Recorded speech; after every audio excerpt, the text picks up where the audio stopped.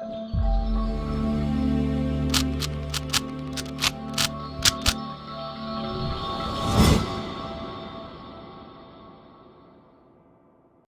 Guys, I hope you like my videos. If you like my videos please like share and subscribe our channel.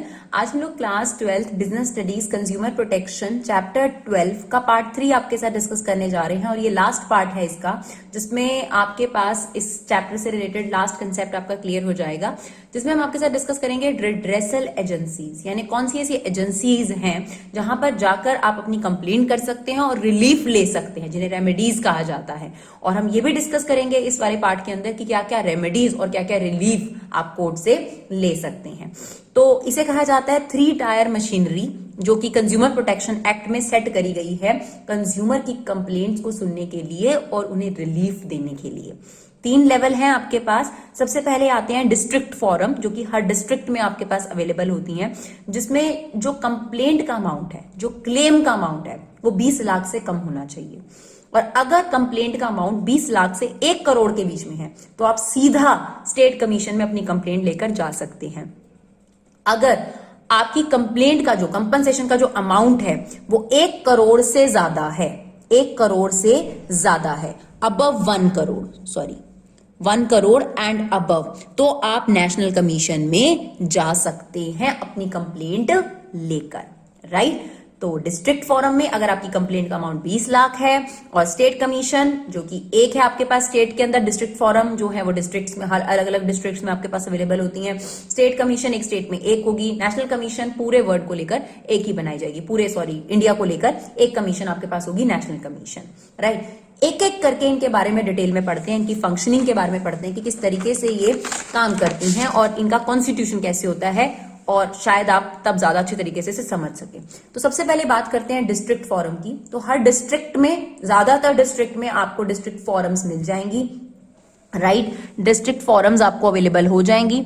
अब इसमें क्या होता है, constitution कैसा होता है, इसमें एक प्रेसिडेंट पोस्ट होती है, यानी कि कंट्री के प्रेसिडेंट को इसमें बुलाया जाता है. एक पोस्ट होती है, एक पर्सन होता है जिसको प्रेसिडेंट कहा जाता है डिस्ट्रिक्ट फोरम का, और 2 दूसरे मेंबर्स होते हैं, और उसमें एक विमेन का होना कंपलसरी है. देखिए, जितने भी आपके कंज्यूमर फोरम्स एस्टैब्लिश्ड हैं, यानी जो 3 टायर मशीनरी है, इसमें हर एक फोरम में एक विमेन का होना कंपलसरी है. तो ये बहुत अच्छी बात है, कोटा सिस्टम दे दिया गया कि एक विमेन होना जरूरी है. तो आपके पास इसमें जो पोजीशंस होती हैं उसमें 3 पर्सन होते हैं, जिसमें से एक पर्सन को प्रेसिडेंट की पोस्ट दी जाती है और 2 दूसरे मेंबर्स होती हैं, जिसमें से एक विमेन का होना जरूरी है. इसके जो मेंबर्स होते हैं, जैसे खास तौर पे जो प्रेसिडेंट होते हैं, वो कौन होते हैं जो प्रेसिडेंट पोस्ट के लिए अपॉइंट करे जाते हैं, वो या तो वर्किंग या फिर रिटायर्ड जज होते हैं डिस्ट्रिक्ट कोर्ट के. और जो ये पर्संस जो अपॉइंट करे जाते हैं, चाहे वो प्रेसिडेंट पोस्ट के लिए या 2 मेंबर्स जो अपॉइंट करे जाते हैं, इनको कौन अपॉइंट करता है, कमेटी जो अपॉइंट होती है, उन्हें स्टेट गवर्नमेंट जो है वो अपॉइंट करती है.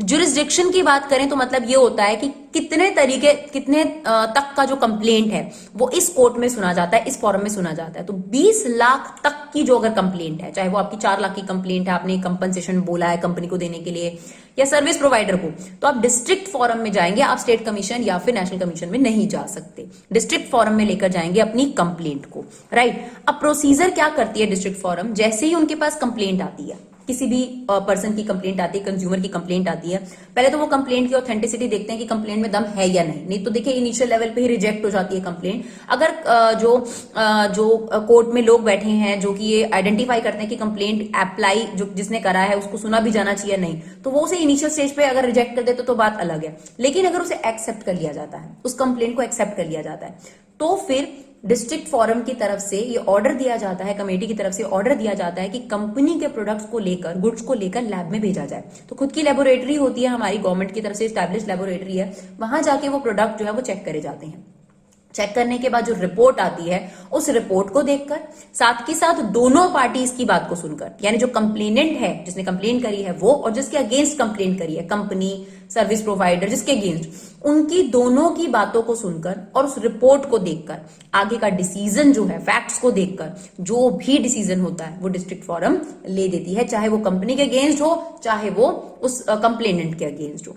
अब देखिए, अगर चाहे कंप्लेनेंट है चाहे कंपनी है, अब मान लीजिए कंपनी के अगेंस्ट जो है डिस्ट्रिक्ट फोरम में डिसीजन दे दिया गया कि आपने कंप्लेनेंट को 10 लाख रुपए का जो है कंपनसेशन देना है, अब कंपनी जो है वो नहीं मानती, तो कंपनी कहां कंप्लेंट कर सकती है? अगर वो डिस्ट्रिक्ट फोरम के डिसीजन से खुश नहीं है, अगर उसे लगता है कि नहीं ये गलत डिसीजन हुआ है, तो 30 दिन के अंदर अंदर जिसको भी ऐसा लगता है कि हमें ये ठीक नहीं लगा, कोई भी हो सकती है दोनों में से पार्टी, वो फर्दर अपील कर सकती है स्टेट कमीशन को विद इन 30 डेज।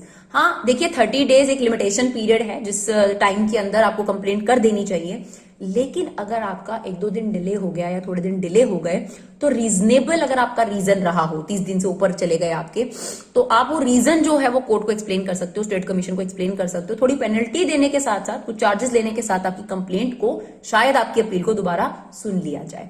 तो ये था डियर डिस्ट्रिक्ट फोरम, जिसमें एक प्रेसिडेंट पोस्ट होती है और 2 मेंबर्स होते हैं। जो ये प्रेसिडेंट पोस्ट पे पर्सन अपॉइंट होते हैं वो वर्किंग या रिटायर्ड जज होते हैं डिस्ट्रिक्ट कोर्ट के, और जो ये लोग अपॉइंट करे जाते हैं इन्हें स्टेट गवर्नमेंट अपॉइंट करती है। इनमें जो कंप्लेंट है वो 20 लाख से कम तक की एंटरटेन करी जाती है। प्रोसीजर हमने आपको बताया, जैसे ही कंप्लेनेंट की कंप्लेंट आती है, अगर उस कंप्लेंट में दम नहीं है, कुछ फैक्ट्स नहीं है, तो उसे इनिशियल स्टेज पे रिजेक्ट कर दिया जाता है। अगर दम है तो एप्लीकेशन को एक्सेप्ट कर लिया जाता है, कंप्लेंट को एक्सेप्ट कर लिया जाता है, और जो लेबोरेटरी है वहां पर गुड्स के जो है वो सैंपल्स भेजे जाते हैं, उनको सैंपल्स, या फिर कोर्ट खुद ऑर्डर कर सकता है कि जाइए आप उस कंपनी से प्रोडक्ट लेकर आइए, गुड्स लेकर आइए और उनको सैंपल्स के लिए लेबोरेटरी में भेजिए। फिर उस रिपोर्ट को देखकर एज वेल एज दोनों पार्टीज के फैक्ट्स को सुनकर जो है डिस्ट्रिक्ट फोरम अपना डिसीजन ले लेती है। अगर दोनों में से कोई भी पार्टी उनके डिसीजन से खुश नहीं है तो वो फर्दर अपील कर सकते हैं स्टेट कमीशन को, लेकिन 30 दिन के अंदर अंदर। अब देखिए सेम प्रोसीजर स्टेट कमीशन में है, सेम, लेकिन फर्क क्या है? स्टेट कमीशन में भी एक प्रेसिडेंट पोस्ट होगी और 2 मेंबर्स होंगे, एक विमेन का होना कंपलसरी है। जो प्रेसिडेंट पोस्ट है, मतलब ये वाली जो पोस्ट है, इसमें जो पोजीशन दी जाएगी वो हाई कोर्ट के वर्किंग या रिटायर्ड जज को यहां पर अपॉइंट करा जाता है। अपॉइंट कौन करता है इस कमेटी को? ये जो 3 मेंबर्स की कमेटी है, इनको अपॉइंट कौन करता है? इनको स्टेट कमीशन ही, यानी स्टेट गवर्नमेंट ही जो है वो अपॉइंट करती है, राइट। जुरिस्डिक्शन क्या है, यानी कितने तक का कंपनसेशन यहां सुना जाता है? 20 लाख से 1 करोड़।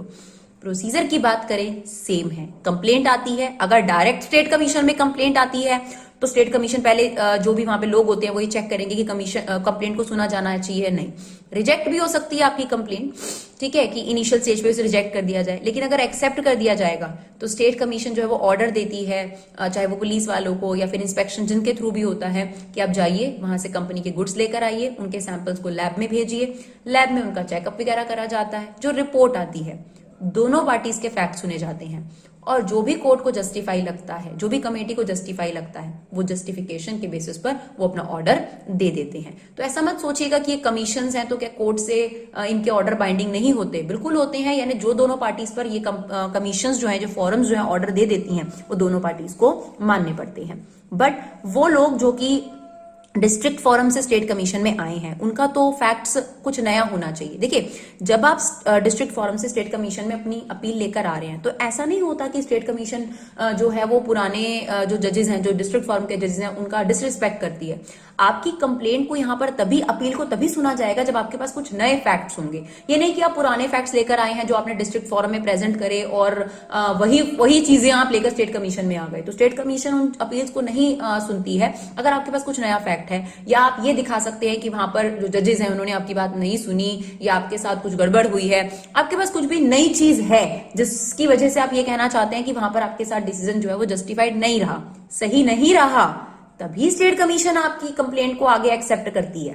अगर आप डिस्ट्रिक्ट फोरम से स्टेट कमीशन में आ रहे हैं तो ऐसा नहीं कि आप डिस्ट्रिक्ट फोरम से स्टेट कमीशन में आ जाएंगे फिर आगे आगे बढ़ते रहेंगे, ऐसा नहीं होता, राइट। तो आपके लिए जरूरी होता है कि आपके पास कुछ नए फैक्ट्स होने चाहिए। बाकी अगर आपकी कंप्लेंट जो है वो 20 लाख से 1 करोड़ के बीच में है तो आप स्टेट कमीशन के पास आ ही सकते हैं, अगर आपकी कंपनसेशन 30 लाख 40 लाख इस तरीके की है तो, राइट। प्रोसीजर सेम है आपके पास। और अगर स्टेट कमीशन में जिन्होंने कंप्लेंट डाली थी वो इनके ऑर्डर से खुश नहीं है, वो इनके ऑर्डर से खुश नहीं है, इनके जो डिसीजंस हैं उनसे खुश नहीं है, तो वो 30 दिन के अंदर अंदर नेशनल कमीशन में कंप्लेंट कर सकते हैं, जो कि इससे अपर अथॉरिटी है।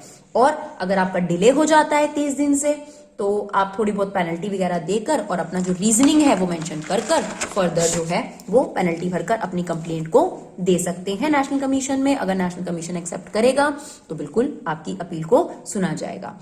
अब चलते हैं नेशनल कमीशन में कैसे कमेटी बनती है। तो उसमें 5 मेंबर्स होते हैं डियर, 5 से ज्यादा भी हो सकते हैं क्योंकि यहाँ पर देखिए एटलीस्ट 4 मेंबर लिखा है। एक पोस्ट होती है प्रेसिडेंट की, बाकी कम से कम 4 मेंबर जरूर होते हैं, क्योंकि एटलीस्ट 4 मेंबर्स लिखा है। जैसे इससे पहले दोनों में 3-3 मेंबर्स थे, तो यहाँ 5 और 5 से ज्यादा हो सकते हैं, मिनिमम 5 लोग होने चाहिए। एक प्रेसिडेंट की पोस्ट होती है जो हेड होंगे वहां पे, और 4 मेंबर्स दूसरे होंगे, उनमें से एक विमेन का होना जरूरी है। जो ये प्रेसिडेंट की पोस्ट है ये किसकी होगी? वर्किंग या रिटायर्ड जज ऑफ सुप्रीम कोर्ट। देखिए, डिस्ट्रिक्ट फोरम में डिस्ट्रिक्ट कोर्ट के जज थे, स्टेट कमीशन में हाई कोर्ट के जज थे, नेशनल कमीशन में सुप्रीम कोर्ट के रिटायर्ड जज को या फिर वर्किंग जज को जो पोजीशन दी जाती है। अब कमेटी को अपॉइंट कौन करेगा? Obviously central government, because national commission एक ही होगी पूरे इंडिया की, तो उनको सेंट्रल गवर्नमेंट अपॉइंट करती है। जुरिस्डिक्शन की बात करी जाए तो जिनकी कंप्लेंट 1 करोड़ से ज्यादा का है, यानी जो कंपनसेशन 1.5 करोड़ या 2 करोड़ का मांग रहे हैं, वो लोग सीधे नेशनल कमीशन में आते हैं, वो डिस्ट्रिक्ट में और स्टेट कमीशन में जा ही नहीं सकते। इतना याद जरूर रखिएगा, क्योंकि उनकी जुरिस्डिक्शन ही नहीं है 1 करोड़ से ज्यादा की कंप्लेंट को सुनने की। तो ऐसा नहीं है कि आपकी कंप्लेंट 1.5 करोड़ की है तो पहले डिस्ट्रिक्ट में जाएंगे, फिर स्टेट में जाएंगे, फिर नेशनल, नहीं, आप सीधा नेशनल कमीशन में जाएंगे। और अगर वही प्रोसीजर सेम फॉलो होगा नेशनल कमीशन में भी, जो हमने आपको बताया। अगर नेशनल कमीशन के डिसीजन से आप खुश नहीं हैं तो आपके पास एक और लास्ट रिजॉर्ट है, सुप्रीम कोर्ट। और एक बात याद रखिए, सुप्रीम कोर्ट छोटी मोटी कंप्लेंट्स को एंटरटेन नहीं करते। जहां पर बहुत बड़ा फैक्ट फाइंडिंग मिल रहा है, जहां पर लगता है कि काफी बड़ा जो है कंपनी ने फ्रॉड कर रखा है पब्लिक एट अ लार्ज के साथ, जहां पर सुप्रीम कोर्ट को सही लगता है, वहीं पर सुप्रीम कोर्ट में ये जो अपील है, फर्दर अपील है, उसको विदिन 30 डेज जो है वो सुना जाएगा। और वो भी जब 1 करोड़ से ज्यादा की कंप्लेंट है तभी। यानी अगर आप स्टेट कमीशन के उससे खुश नहीं थे और आप नेशनल कमीशन में आए, और अब आप नेशनल कमीशन के ऑर्डर से खुश नहीं है, तो आप सुप्रीम कोर्ट नहीं जा सकते। याद रखिएगा इस चीज को। हाँ, नेशनल कमीशन में आप आए थे और 1 करोड़ से ज्यादा की आपकी कंप्लेंट थी, और यहां पर जो डिसीजन दिया गया उससे आप खुश नहीं है, तो नेशनल कमीशन के अगेंस्ट जो ऑर्डर है उनके अगेंस्ट, वहां पर आप सुप्रीम कोर्ट में अपना जो है अपील दायर कर सकते हैं, वो भी विदिन 30 डेज, राइट। चलिए, तो ये है 3 टायर मशीनरी जो कहीं ना कहीं आपकी कंप्लेंट को रिड्रेस करने की, आपको रिलीफ देने की कोशिश करती है। तो आप क्या रिलीफ मांग सकते हैं, कस्टमर को क्या रिलीफ चाहिए होते हैं, उनके बारे में बात करते हैं। या तो आप यही चाहेंगे कि जो ये मेरे प्रोडक्ट में प्रॉब्लम है, शायद वो कंपनी वैसे प्रोडक्ट अच्छे बनाती है, सिर्फ आपका प्रोडक्ट डिफेक्टिव आ गया, तो आप यही चाहते हैं कि बस मेरा प्रोडक्ट ठीक ठाक कराकर मुझे वापस दे दिया जाए। तो या तो आप ये रिलीफ मांग रहे हैं, या आप चाहते हैं कि मेरा जो ये फोन है मुझे इसे रिप्लेस करके नया फोन पकड़ाया जाए। अब मान लीजिए आपने एप्पल का एक फोन खरीदा है 1.5 लाख रुपए का, और आपको 2 दिन में उसमें दिक्कत आना शुरू हो गई। अब कंपनी जो है उसे रिप्लेस नहीं करके दे रही है, कंपनी कहती है रिमूव कर दो। जनरली वैसे एप्पल की पॉलिसीज अच्छी हैं, वो रिप्लेस कर देती है, बट स्टिल एक एग्जांपल के तौर पे हम समझाने की कोशिश कर रहे हैं। तो आप कंज्यूमर कोर्ट में जाते हैं और आप यही चाहते हैं कि आपके इस फोन को रिप्लेस करा जाए, या फिर आप ये चाहते हैं कि मुझे ना तो इसका डिफेक्ट रिमूव करना है, ना मुझे इस कंपनी का प्रोडक्ट बाय करना है, मेरे जितने पैसे खर्च हुए हैं बस मेरे पैसे मुझे रिफंड करा दीजिए। तो रिमूव द डिफेक्ट, या रिप्लेस द प्रोडक्ट, या फिर रिफंड द मनी, ये रिलीफ मांग सकते हैं। इसके अलावा अगर आपको कोई पर्टिकुलर जो है आपका प्रॉपर्टी का नुकसान हो गया या हेल्थ का नुकसान हो गया उस प्रोडक्ट को यूज करने से, तो ऐसे केस में आप कंपनसेशन मांगेंगे। जैसे हमने आपको बताया कि फॉर एग्जांपल जो है एसी का इंस्टॉलेशन ठीक से नहीं करा गया, जो भी एक्सपर्ट आए थे उनके द्वारा, तो ऐसे केस में जो है पूरे जो घर में है आग लग जाती है, उसकी वजह से काफी फर्नीचर जो है जलकर राख हो जाता है और काफी नुकसान हो जाता है। बस यही शुक्र होता है कि इंसान जो है वो बच जाते हैं। तो ऐसे केस में जितना भी आपकी प्रॉपर्टी का सामान का नुकसान हुआ है, आप कंपनसेशन चाहते हैं। आप उनसे ये नहीं कहेंगे कि नया एसी दे दीजिए, हाँ एसी के पैसे वापस कर दीजिए, या मुझे एसी रिप्लेस करके दे दीजिए, भाई जितना नुकसान हुआ है सब भरो। तो कंपनसेशन भी आप मांग सकते हैं। या फिर आप सीधी सी बात यही चाहते हैं कि कंपनी जो ये अनफेयर ट्रेड प्रैक्टिसेस कर रही है, मिलावट कर रही है प्रोडक्ट में, इसे रोके। सिर्फ हमारे लिए नहीं, हमें कंपनसेशन नहीं चाहिए, हमें रिफंड नहीं चाहिए, हमें चाहिए कि कंपनी जो ये मिलावटी प्रोडक्ट बेच रही है या फिर जो सब स्टैंडर्ड क्वालिटी जो है घटिया क्वालिटी का प्रोडक्ट बेच रही है, इसे रोके। तो हम ये वाली रेमेडी भी जाकर कंज्यूमर कोर्ट में मांग सकते हैं। इसके अलावा आप ये भी कह सकते हैं कि कंपनी हजार्डियस प्रोडक्ट मार्केट में सेल कर रही है, जो कि कस्टमर्स को नुकसान कर रहे हैं, जो है चिल्ड्रंस को नुकसान कर रहे हैं। जैसे एक छोटा सा एग्जांपल है कि अभी मैगी का जो मसाला था उसमें लेड था, और लेड जो है वो कैंसरिक जो है एक एलिमेंट होता है, कैंसर्स क्रिएट करता है। तो एक हजार्डियस प्रोडक्ट ही हुआ एक तरीके से, आपकी लाइफ के लिए वो एक तरीके का खिलवाड़ ही था। तो अब उसको कहा गया कि आप विड्रॉ करिए। तो मैगी ने फिर रिनोवेट करके दोबारा से रीस्ट्रक्चर करके अपने प्रोडक्ट को अवेलेबल कराया मार्केट के अंदर। तो कई बार आप ये चाहते हैं कि उस नुकसानदायक प्रोडक्ट को पूरा का पूरा मार्केट से निकाला जाए और फिर उसे नए तौर पे मार्केट में उतारा जाए।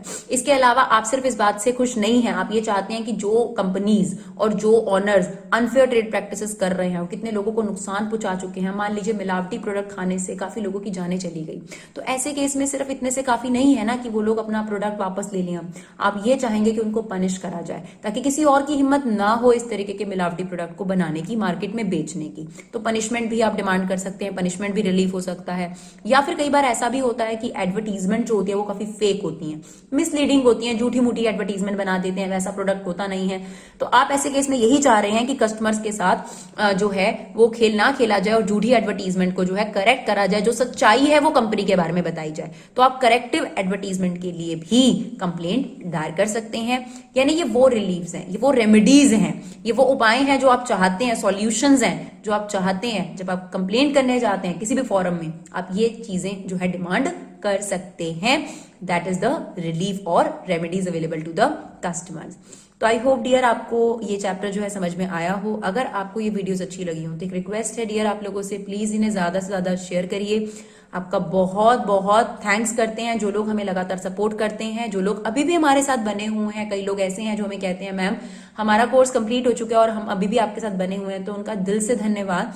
Thank you so much guys for your love and support. Keep supporting Vibha classes.